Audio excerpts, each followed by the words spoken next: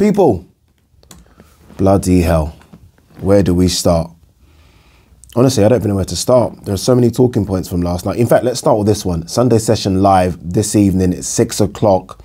It's going to be a big one now. Make sure you tune in and join us. We've not done a Sunday session live for a few weeks, and because of what happened last night, it's even a bigger Sunday session now than I expected. So make sure you join us 6 o'clock this evening. The time is just gone 1:30. I'm going to quickly film this, go home, come back, and yeah, I expect it to be a fun one as well.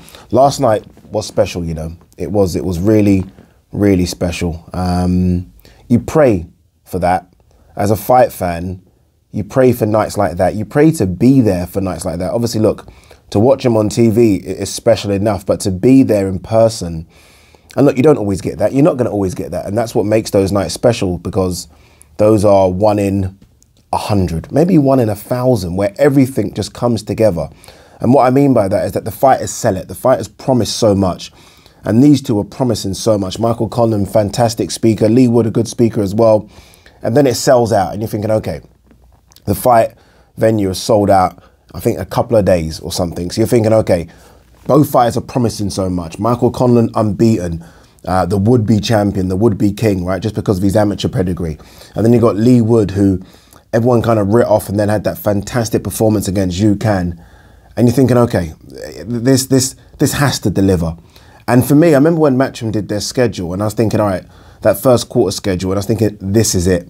So nothing else, and no disrespect to the others, not even to an extent Chocolatito Martinez. I know it's supposed to be Chocolatito Estrada, but not even when it was Chocolatito Estrada. I was looking at that, thinking, okay, the Irish are going to travel.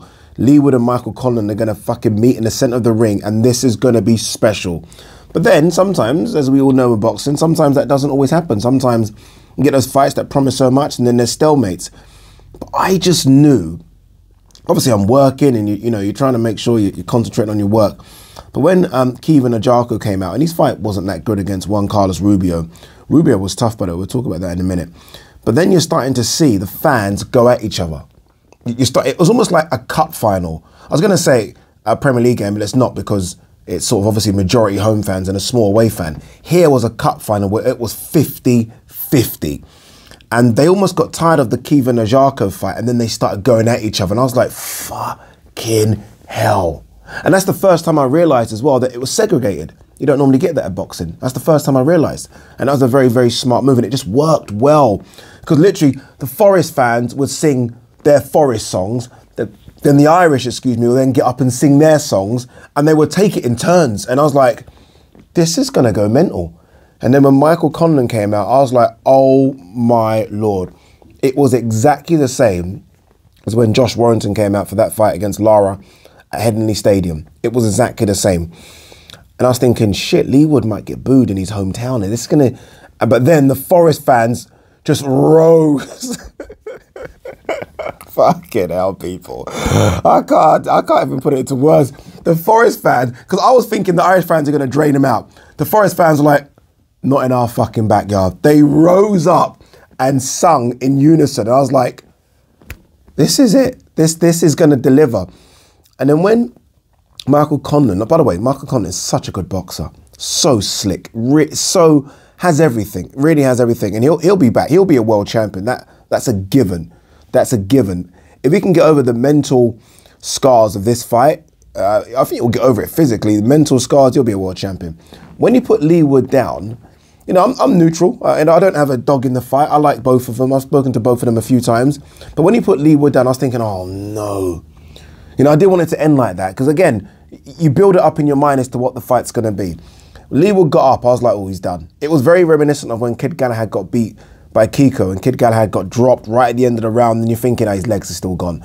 So when Leigh Wood got out, I was like, so he came out for the second round, I was like, he's done.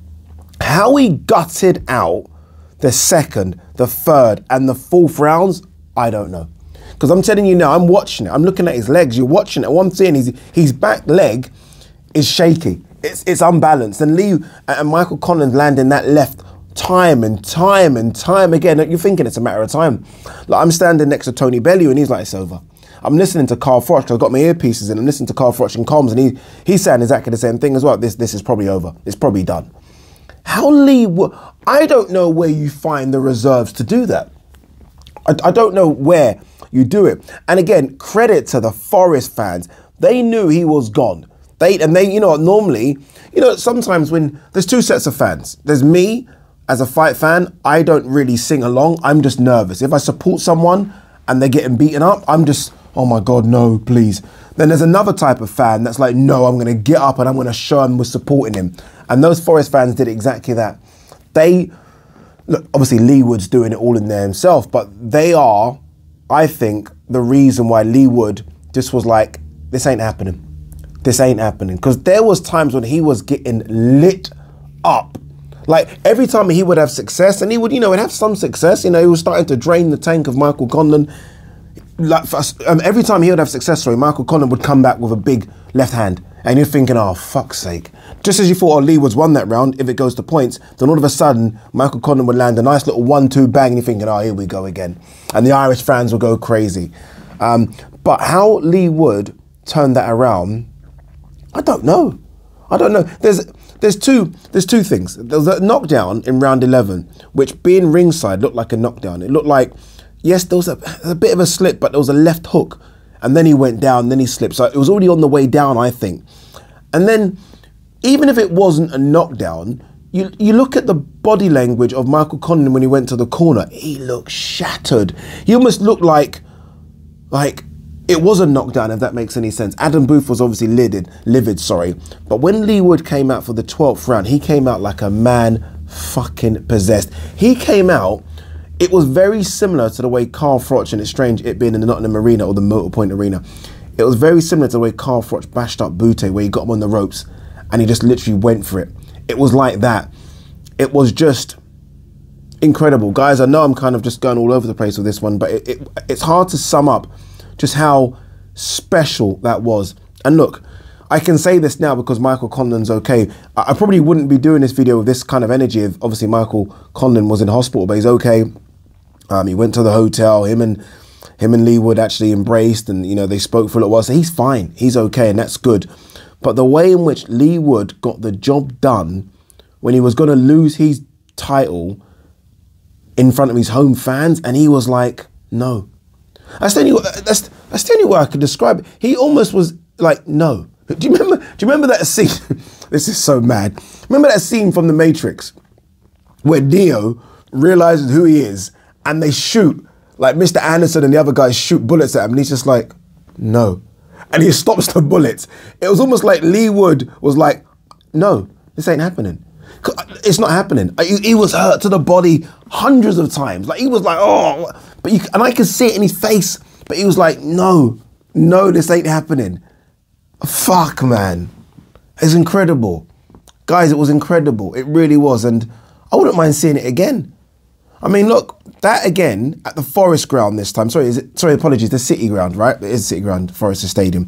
That again there, it will do the numbers. Because I'm telling you now, Michael Conlan will bring over 10, 15,000. And Leigh Wood, because of that now, because of that performance, because it's reverberated around Forest, reverberated around England, he will bring up the fans as well. Incredible. Do I think he'll do it again? No. Just because you've got other champions out there now, and I think it's time to try and chase those belts as well. Magsayo is a dangerous fighter, it really is. Fast hands, powerful. Bad fight for Leigh Wood, but Leigh Wood has this will to win now, and you've got to respect that. Leigh Wood, in terms of resume now in that division, I mean, you've beaten Zhu Can and Michael Conlan back to back. You're number 1 or 2 in the division. You're number 1 or 2 in the division. I'd have Navarrete in front of him, and then I would have Leigh Wood. Honestly, I would. That's the way I would do it. I know some people might say Magsayo because he Gary Russell. Not for me. Zhu Can and Michael Conlan are solid, active fighters. Well, Zhu Can actually was off for a little while. But I would have him number 2 in the division. So look, that's what he should be chasing right now. If not, then look, there's this issue of Leo Santa Cruz and this WBA belt. Leo Santa Cruz hasn't defended that belt, that super belt, that's what they're calling it, for 3 years. What are the WBA doing? Like, surely it's time now. Surely it's not even a case of he vacates. Surely they strip him and give the belt to Leigh Wood. Like, what more have you got to do? You beat Zhu Can and Michael Conlan. What more have you got to do? What more? 2 12-round knockouts as well. That shows you this man will fight to the bloody end. 2 12-round knockouts. Incredible. Absolutely incredible night of boxing. One that I will remember forever. Remember forever. What a privilege to be there. What a privilege to be there. Have we got time to go through any of the other fights quickly? Let's quickly talk about Sandy Ryan getting beaten by Erica Farias. If, and I'm being truthful about this, if Josh Taylor, Jack Cantrell didn't happen, I think Sandy Ryan would have won that. But because the scrutiny right now is on the judges, yeah, they gave it to the right person in the end. Sandy Ryan did lose that fight. She lost it by a couple of rounds for me. I didn't think... Look, it was a big step up. As much as I can criticise Sandy Ryan, that's her 4th pro fight against a very experienced Erica Farias, who's fought everyone. 2-weight world champion. Yes, it was a while ago, but she, you know, you look at her recent performances against Michaela Meyer, Jessica McCaskill. She's a good fighter. She's a good fighter who came to win. You could see it at the weigh-in. She came to win. This wasn't a case of, you know, I'm on a trip to England for a last little payday. She came to win. And she almost seemed aggrieved that she was up against a 3-0 prospect. Like, what? You know, I fought Cecilia Brackus, I fought Delphine Passoon, I fought Jessica McCaskill, I fought Michaela Meyer, and now you're putting me in with a 3-0 novice. And she went about her business well. Sandy Ryan will come again. It's a shame because Chantel Cameron was ringside, and the idea was Sandy Ryan was to win. I was going to then ask her questions about Chantel Cameron, and maybe they were going to do a little square off. I don't know. But obviously that got put to the side. Kevin Ajako looked good. For someone that looks as powerful as he does, I wonder if he hits as hard as it looks like he's hitting. Does that make sense? Because like you would have thought he would have got rid of Juan Carlos Ruiz because he landed, I don't know, man. He must have landed about 80 power shots. And you'd think if there really is snap in there, he should have got rid of him. Bear in mind, Juan Carlos Ruiz got knocked out in his last fight. Yes, against a good prospect, but he got knocked out. So there were scars there from that. Gary Cuddy looked good, didn't he? Yes, Miguel Vasquez isn't Miguel Vasquez anymore, but you got to treat these guys like they are and get rid of him. And he did that. He looked really good, really light on his feet. Speaking to him after, very happy for the opportunity. And we'll fight again. I think Eddie's now building this kind of Irish stable. And so I feel like every time... I mean, look, there's a good chance. I don't know. Who knows? There is talks about Kevin Ajako going over to Madison Square Garden for the Katie Taylor, Amanda Serrano fight. Gary Cuddy could go as well. Gary Cuddy could go as well. So he's getting a bit of an Irish stable there, which is good. Because, boy, you do want that Irish support at every venue. You really do. All right, guys, again, we'll see you at 6 o'clock. Peace and love.